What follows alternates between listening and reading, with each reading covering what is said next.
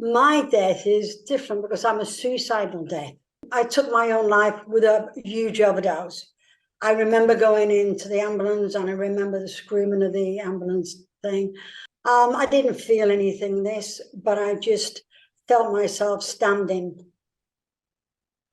above everything that was going on. There was nothing to stand on, just stood there.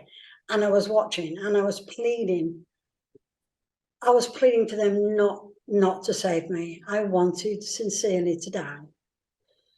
And all of a sudden I heard this beautiful music and I was wrapped in, it was like a million people come and put their arms around me and told me how much they loved me. And it was comfort, it was warmth, it was love, it was everything that I wanted there in that one moment.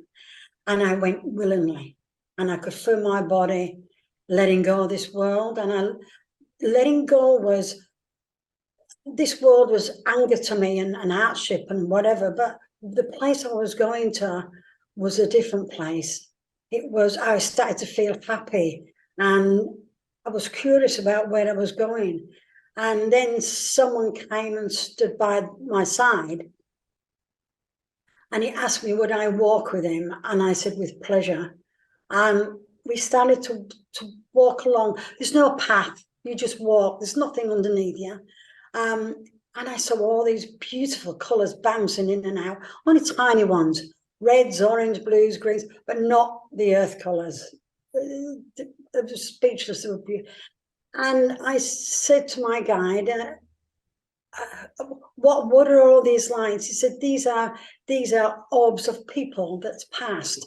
He said, they're coloured because that way we can recognise them through colours.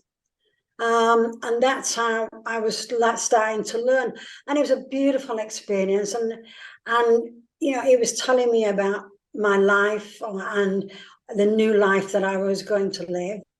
And he was asking me, why did you take such a precious life? And I was just about to tell him, and I heard a voice. Later on, I realized she was called the Angel of Mercy. And I heard the voice, and she leaned right in front of me, and she said, Pamela, you must go back. And I cried with all my heart and my soul. I bent on my knees and I begged, please don't send me back. But she stood by me and she touched my hand and she said, I promise you, within 2 years, you will have a new life, a new entity, and you will never look back. But at that time, you don't want to know that.